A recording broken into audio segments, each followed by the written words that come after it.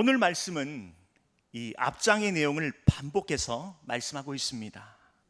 그러는 이유는 이스라엘이 돌이키지 못하고 거듭 어그러진 길을 가기 때문이죠. 이스라엘이 느끼는 그 감정은 아마 잔소리처럼 들리는 것 같습니다. 그러나 본문의 선명한 그 글씨는 바로 사랑이죠. 선민을 향한 지속적인 관심은 바로 그들과의 그 특별한 관계 때문입니다. 포기할 수 없는 그 자식을 향한 부모처럼 하나님의 열정적인 사랑을 여과 없이 보여주시죠. 그분의 사랑을 깨닫는 것이 바로 은혜죠. 하늘의 수많은 문개구름 속에 퍼즐을 하나하나 맞춰가는 과정입니다. 믿음의 눈으로 세상을 보기 시작할 때죠. 성령님과 함께 보조를 맞춰 걷기 시작한 때입니다. 비로소 하나님의 뜻을 발견하는 순간이죠. 성도만이 누릴 수 있는 최고의 복은 하나님의 하나님 되심을 알고 또 그분의 영광 속에 거하는 삶입니다. 오직 하나님만 바라보는 신앙이죠. 본문은 내용상 세 단락으로 나눌 수 있습니다. 첫째는 1절에서 3절까지로 여전히 애굽바라기를 하고 있는 유다를 향한 강한 경고의 메시지죠. 둘째는 4절에서 6절까지로 재차 돌아올 것을 당부하십니다. 세 번째는 7절에서 9절까지로 우상을 버릴 것과 아수르로부터 구원해 주실 것을 예언하십니다. 한마디로 하나님을 최우선순위로 둘 것을 재차 말씀하신 것입니다. 이러한 본문의 내용을 중심으로 성도가 의지할 대상이 무엇인지 함께 은혜 나누겠습니다. 먼저 1절에 도움을 구하러 애굽으로 내려가는 자들은 화 있을진저 그들은 말을 의지하며 병거의 많음과 마병의 심히 강함을 의지하고 이스라엘의 거룩하신 이를 앙모하지 아니하며 여호와를 구하지 아니하나니.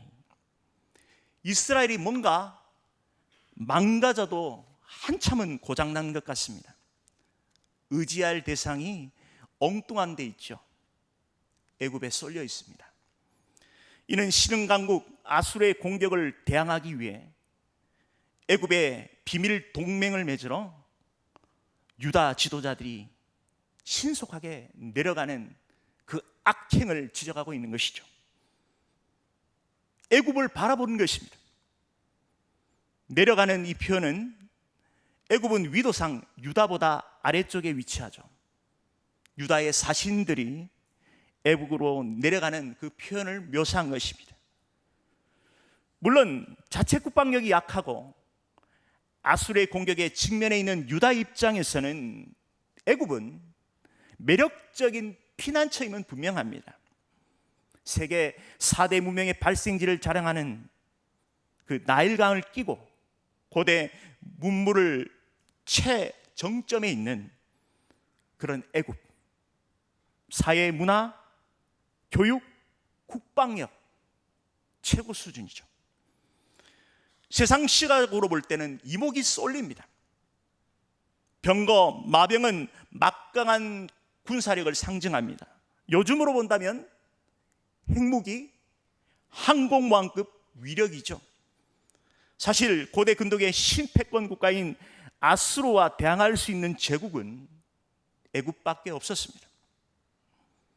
그러나 유다에게 진정 요새는 바로 하나님이시죠. 이스라엘의 거룩하신 하나님 여호와를 바라봐야 합니다. 먼저 이스라엘 거룩하신 이는 세상과 구별된 초월적 존재이신 하나님의 면모와 그리고 이스라엘을 세상 열국으로부터 거룩하게 구별되어 부르신 그 하나님의 그 측면을 표현한 것입니다. 여호와는 문자적으로 자존자, 언약에 충실하신 분으로 택한 백성을 언약 가운데 신실하게 보호하시는 하나님을 강조하고 있죠. 계속해서 유다의 그 불신앙적 태도를 고발하며 말씀합니다. 앙무하지 않는다. 이 표현은 자주 가다, 찾다, 묻다, 관심을 가지고 돌아보는 행동이죠. 구약 성경에는 주로 하나님 백성이 하나님을 바르게 신앙하고 그분을 구하는 태도를 의미합니다. 이는 선민으로서 반드시 갖추어야 할 그 신앙의 모습이죠. 평소에 하나님께 묻는 태도는 중요합니다. 하나님 경외하는 신앙이죠. 배우자와 의논 한마디 없이 집안의 큰 일을 치룬다는 것 있을 수 없죠. 신뢰가 무너지는 것입니다.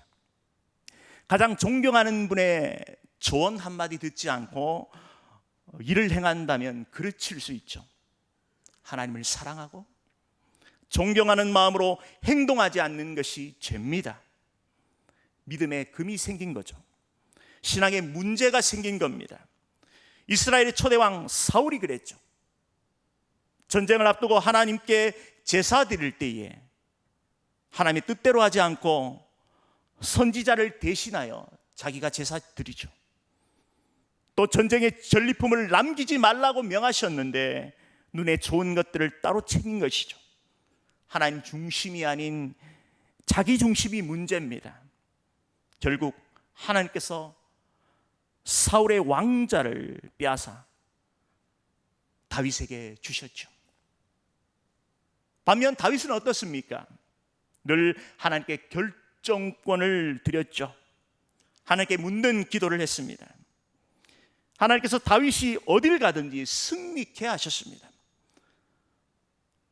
사무엘하 8장 6절에 다윗이 다메섹 아람의 수비대를 두며 아람 사람이 다윗의 종이 되어 정음을 바치니라. 다윗이 어디로 가든지 여호와께서 이기게 하시니라. 다윗의 승리의 비결은 바로 하나님께로부터 나온 것입니다. 하나님께 묻고 하나님 믿음 가운데 선 당신의 백성들을 반드시 승리케 하십니다. 만약 패배하거나 실패하고 넘어졌더라도 하나님께 충분히 기도한 후에 결정한 것이라면 반드시 하나님께서 가장 선한 길로 인도해 주십니다. 그래서 성도는 무엇이든지 언제라도 묻고 결정해야 하는 것이죠. 하나님을 가장 신뢰하고 존경하는 것이 바로 건강한 신앙의 태도입니다. 시편 기자는 크게 기뻐하며 찬양합니다. 28편 7절에 여호와는 나의 힘과 나의 방패시니 내 마음이 그를 의지하여 도움을 얻었도다. 그러므로 내 마음이 크게 기뻐하며 내 노래로 그를 찬송하리로다. 하나님을 의지하며 사는 성도는 큰 기쁨이 있습니다. 힘의 근원이 있죠. 이스라엘이 3차 바벨론 포로기한 후 성벽 재건 건사를 마치고 온 백성이 수문학 광장에 모여 하나님께 감사 예배를 드렸습니다. 과거 솔로몬 때 지어진 화려한 그 성전에 비해 현재 눈앞에 보이는 재건된 그 성전은 초라하기 짝이 없었죠. 하나씩 낙담하고 슬퍼하는 백성들을 향하여 총독 느헤미야는 큰 소리로 독려합니다. 느헤미야 8장 10절 하반절에 여호와로 인하여 기뻐하는 것이 너의 힘이니라. 할렐루야. 기쁨의 주체가 환경이나 사람이 아닌 절대 지도자 하나님께 있어야 하는 것입니다. 나의 하나님을 끝까지 신뢰하며 나갈 때에 그 실시간으로 공급해 주시는 성령의 셈을 공급받습니다. 이미 흘러간 물로는 물레방아를 돌릴 수 없죠. 위로부터 낙하는 물로 물레방아는 돌아가게 됩니다. 성도는 어제의 영으로 오늘 살아갈 힘이 없습니다. 날마다 오늘 위로부터 부어주시는 새 영으로 살아가는 것입니다. 출애굽하여 가나안을 향해 긴 여정을 떠났던 이스라엘, 그들은 광야 매일 하늘에 내린 그 만나를 수고해서 먹었습니다. 한꺼번에 많은 양을 모아 저장해 먹지 않았습니다. 매일 그들은 현장에 나갔습니다. 영적 원리도 그렇죠. 매일 말씀을 읽고 묵상하고 기도하고 살아내는 그 순종의 삶의 연속인 것입니다. 언제까지입니까? 하나님의 약속의 땅, 그 가나안 땅에 입성하기까지죠. 천국 그 본향에 들어갈 때까지입니다. 세상 사람들은 본능적으로 환경과 사람 따라 움직이죠. 거기에 부와 권력이 있습니다. 그러나 성도는 언제나 하나님만 바라기를 해야 하는 것이죠. 해바라기가 아닌 추바라기가 바로 주님의, 하나님 백성의 필수인 것입니다. 하나님을 바라봅시다. 하나님을 의지합시다. 이 신앙 위에 굳게 섭시다. 이어서 4절에서 6절에 재차 이스라엘이 돌아올 것을 말씀하시죠. 사자, 새 비유로 이스라엘이 하나님의 하나님 되심을 온몸으로 경험하고 깨닫기를 원하시죠. 먼저 4절 전반절에 큰 사자나 젊은 사자가 자기의 먹이를 움키고 으르렁거릴 때 들짐승 중에 가장 강한 포식자가 사자죠. 이 사자를 비유를 듭니다. 우주적 주권을 가지고 창조주요, 섭리주요, 그 심판주이신 그 하나님, 유다를 완벽하게 지키고 보호하십니다. 이로써 그것을 치려고 여러 목자를 불러왔다 할지라도 그것이 그들의 소리로 말미암아 놀라지 아니할 것이요, 그들의 떠듬으로 말미암아 굴복하지 아니할 것이라. 여기서 여러 목자는 헤아릴 수 없는 숫자를 말하는 것이죠. 마치 유다 전역을 침범하기 위해 빽빽히 쳐들어온 그런 수많은 그 아수르의 군대가 연상됩니다. 사단은 목자들이 아무리 소리치고 공격하더라도 전혀 놀라지 않습니다.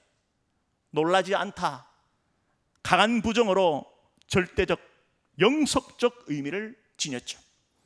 먹잇감을 움켜쥔 사자는 어떤 경우에도 흔들리지 않습니다. 목자들이 사자에게 잡힌 먹이를 빼앗으려고 위협해도 사자는 전혀 개의치 않죠. 내 것이라는 겁니다. 내 차지라는 것이죠. 아무도 넘볼 수 없는 강한 의지를 드러낸 것입니다. 이는 전능하신 하나님의 손에 들린 자기 백성을 끝까지 보호하심을 강조하신 것이죠. 칼빈의 5대 강령 가운데 세 번째가 제한속죄입니다. 예수님의 그 십자가의 그 대속은 미리 택한 자들을 통해 이루신 것이죠. 그리고 네 번째로 불가항력적 은혜로 하나님의 거부할 수 없는 은혜로 이루어 주십니다. 결국 다섯 번째로 하나님의 구원 계획은 성도의 견인으로 마침표를 찍습니다. 완벽한 구원을 이루시죠. 그 주체는 하나님이십니다. 구원하시기로 작정한 당신의 백성들을 반드시 붙들어 주십니다. 하나님은 실수하지 않으시죠. 구원받은 백성을 반드시 영원한 천국의 권속으로 삼아 주십니다. 저와 여러분은 하나님의 완전한 구원 계획 속에 있습니다. 믿으십니까? 그 완전한 그 사랑의 능력 가운데 우리가 살아가는 것이죠. 이 믿음 위에 굳게 섭시다. 흔들려서는 안 됩니다. 성령께서 우리를 끝까지 지켜주십니다. 계속해서 5절에도 비유하시죠. 새가 날개치며 그 새끼를 보암같이 나 만군의 여호와가 예루살렘을 보호할 것이라. 그것을 호위하며 건지며 뛰어넘어 구원하리라 하셨느니라. 새 비유를 통해 예루살렘에 대한 그 보호 의지를 드러내시죠. 새가 적극적인 의지를 가지고 끊임없이 날개짓을 하는 것은 바로 그것은 새가 그 둥지에 있는 그 새끼를 지키고 보호함이죠. 그 이미지를 통하여 하나님께서 보호하시고 그 지키심을 상징적으로 보여주는 것입니다.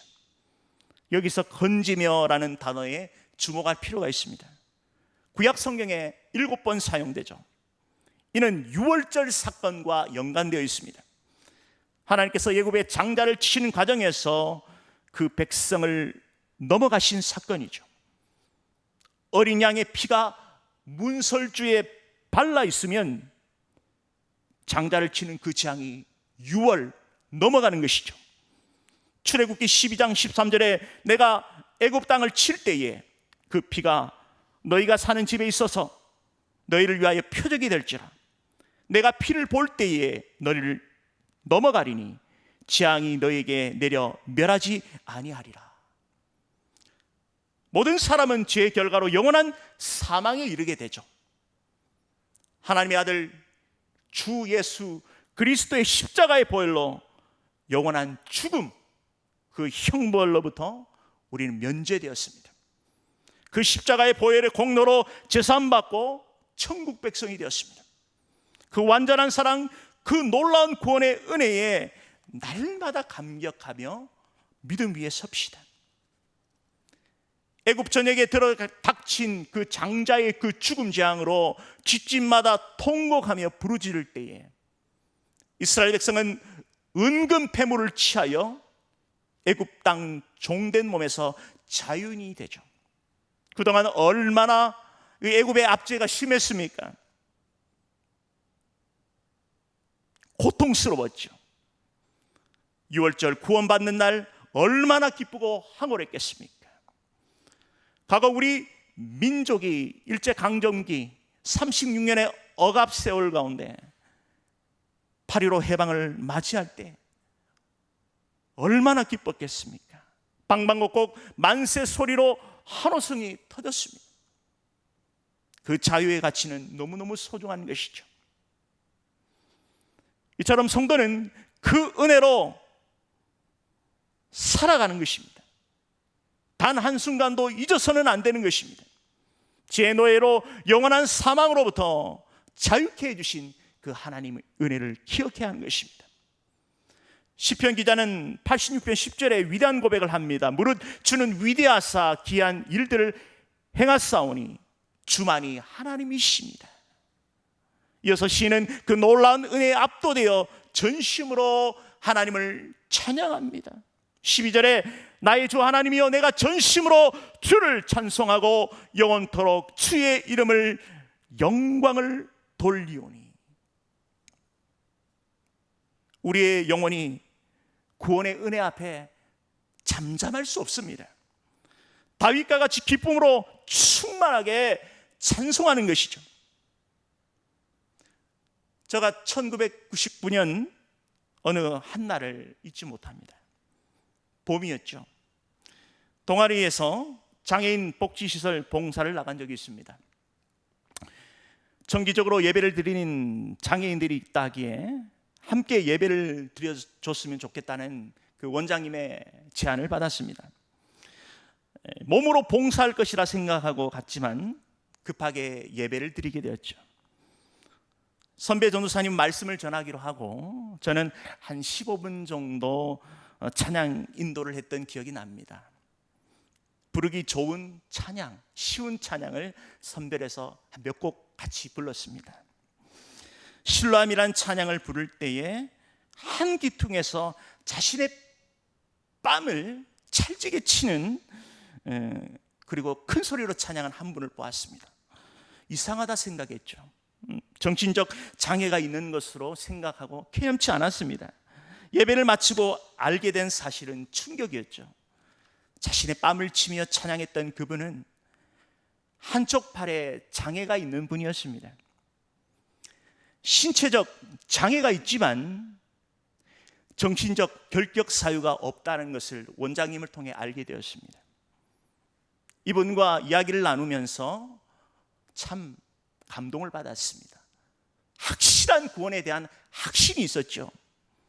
그리고 환하게 웃으면서 말했습니다. 나를 구원해 주신 예수님의 그 사랑을 생각할 때에 손뼉을 마주치며 그렇게 찬양하고 싶지만 한쪽 팔이 없기 때문에 그렇게 자신의 뺨을 치며 찬양한다는 것입니다. 제가 생각보다 꼼꼼합니다. 제가 정중하게 이분에게 말씀드렸습니다. 성도님, 무릎을 치면 참 좋겠습니다. 아프지 않겠습니까? 아니요. 소리가 작습니다. 뺨을 탁탁 쳐야 찰싹찰싹 소리가 나고 하나님을 높이며 기쁨이 있다는 것입니다. 신체 한계를 뛰어넘어 주체할 수 없는 구원의 은혜를 표현한 것이죠. 하나님께 마땅히 드려야 할 찬양을 전심으로 드려야 하는 것입니다. 아무나 하나님을 찬양할 수 없습니다. 저는 매주일 예배마다 드리는 그 찬양대, 그리고 그 찬양팀에 소속되어 하나님을 찬양하는 분 너무 귀하다고 생각되어집니다. 특권이고 은혜죠. 요한계시록 14장 3절에는 새 노래라고 표현하고 있습니다. 그들이 보좌 앞에 내 샘물과 장로들 앞에 선을 부르니 땅에서 속량함을 받은 14만 4천 명밖에는 능히 이 노래를 배울 자가 없더라. 어린 양의 보혈로 그 속량받은 14만 4천 명, 문자적으로 해석하면 안 됩니다. 상징적으로 무수히 많다라는 표현이죠. 수많은 구원받은 백성들이 하나님을 향해 구원의 그 찬송을 부를 때에 그 감격은 장관이죠. 부활절 연합 집회에 가본 적이 있습니까? 수백 명의 대원들이 하나님을 찬양할 때 어떻습니까? 놀라운 하나님의 은혜죠. 우리에게 베풀으신 그 은혜를 날마다 찬송하며 사시는 귀한 성도님 되시길 축원드립니다. 6절에 이처럼 이스라엘에게 베풀으신 그 은혜를 기억하며 재차 돌아올 것을 강조하시죠. 이스라엘 자손들아, 너희는 심히 거역하던 자에게로 돌아오라. 여기서 심히 거역하던, 이 원문의 뜻은 바닥조차 보이지 않을 만큼의 깊은 음부, 끊이지 않고 저질러진 뿌리 깊은 죄악을 의미하는 것이죠. 선민 이스라엘이 단순히 하나님께 등진 차원을 넘어서 끊임없이 대항하고 반역을 도모했다는 것입니다. 그토록 반대하시는 애국과 동맹을 맺고 하나님의 메시지를 쏟아내는, 생명 걸고 말씀을 전하는 그 선지자들을 향하여 멸시하고 왜곡했던 것이죠. 이스라엘을 돌이킬 것을 재차 말씀하십니다. 하나님 앞에 용서받지 못할 죄는 없습니다. 하나님의 심판대에 엄중하고 무겁지만 끝까지 인내하시며 돌이키며 회개할 기회를 주시는 사랑의 하나님이십니다. 할렐루야. 성도가 마귀의 유혹과 공격으로 죄가 들어오면 바로 엎드려야 하는 것입니다. 죄는 늘 우리의 현장 가운데 있습니다. 정신 바짝 차리고 살아도 우리는 연약해서 넘어질 때가 있죠. 그때 주저하지 말고 하나님께 회개해야 하는 것입니다. 바로 그것이 은혜입니다. 성령 충만의 비결입니다. 죄를 죄로 여기지 않고 살아가는 것, 양심에 하인 맞은 거죠. 죄에 대한 민감성을 가져야 하는 것입니다. 늘 말씀 따라 성령 따라 죄로부터 승리하시기 바랍니다. 계속해서 7절에 하나님께 돌이켜 돌아올 때에 가장 시급한 문제가 바로 우상을 제거하는 것입니다. 너희가 자기 손으로 만들어 범죄한 은우상, 그 우상을 그날에 각 사람이 던져버릴 것이며, 지금 이스라엘은 홀만 하나님 백성일 뿐 그 가슴에는 하나님이 안 계십니다. 마음이 빼앗겼죠. 당장 애굽이 눈에 보이는 것입니다. 아수르의 위호로부터 가장 탈출할 수 있는 방편은 애굽이라 생각하는 것입니다. 은금 앞에 시선이 빼앗겼죠. 하나님보다 물질이 더 크게 보이는 것입니다. 먹고 사는 문제에 빠져 하나님의 영광을 바라보지 못한 것입니다. 하나님의 이름을 부르지만 그 우상 앞에 머리를 숙이고 있는 것이죠. 하나님이 아닌 것들에 사로잡혀 자유를 잃은 상태입니다. 우상에 매여 있는 것이죠. 우상 숭배는 하나님 앞에 가장 심각한 죄입니다. 오늘 사는 우리도 우상 앞에 자유롭지 않습니다. 우선순위의 문제인 것이죠. 무조건 하나님의 은혜 앞에 서는 삶을 살아야 하는 것입니다.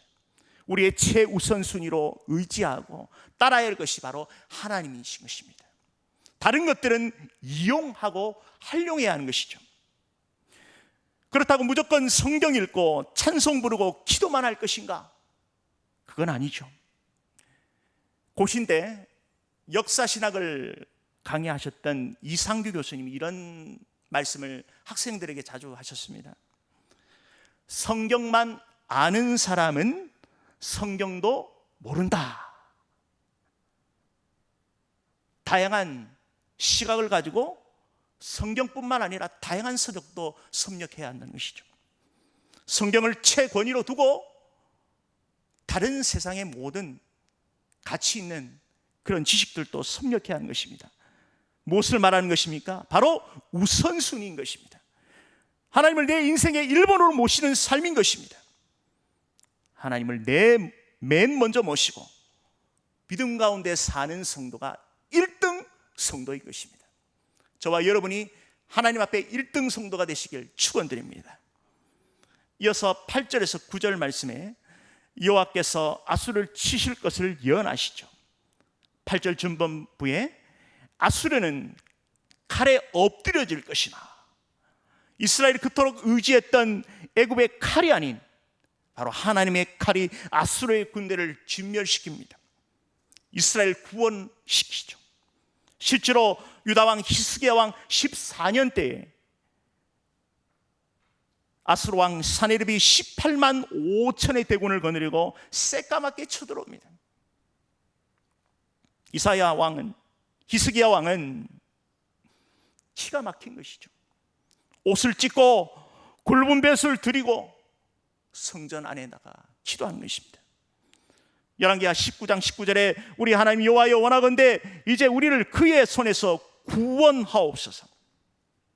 그리하시면 천하 만국이 주 여호와가 홀로 하나님이신 줄 알리다 하리라. 어떻게 됩니까? 밤중에 하나님의 사자가 아수르의 군대를 송장으로 만들어버립니다. 하나님을 의지할 때에 영적 쾌거를 경험하게 되는 것입니다. 할렐루야. 말씀을 맺겠습니다. 우리 하나님은 늘 우리와 함께 하십니다. 성도의 승리의 비결은 언제나 하나님이시죠. 우리의 삶 가운데 하나님의 하나님 되심을 고백하며 삽시다. 애굽을 의지하지 않고 다른 것을 바라보기 전에 최우선적으로 하나님을 의지합시다. 오직 주님만 바라보는 이 신앙 위에 굳게 서는 우리 대청의 모든 성도님 되시길 축원드립니다.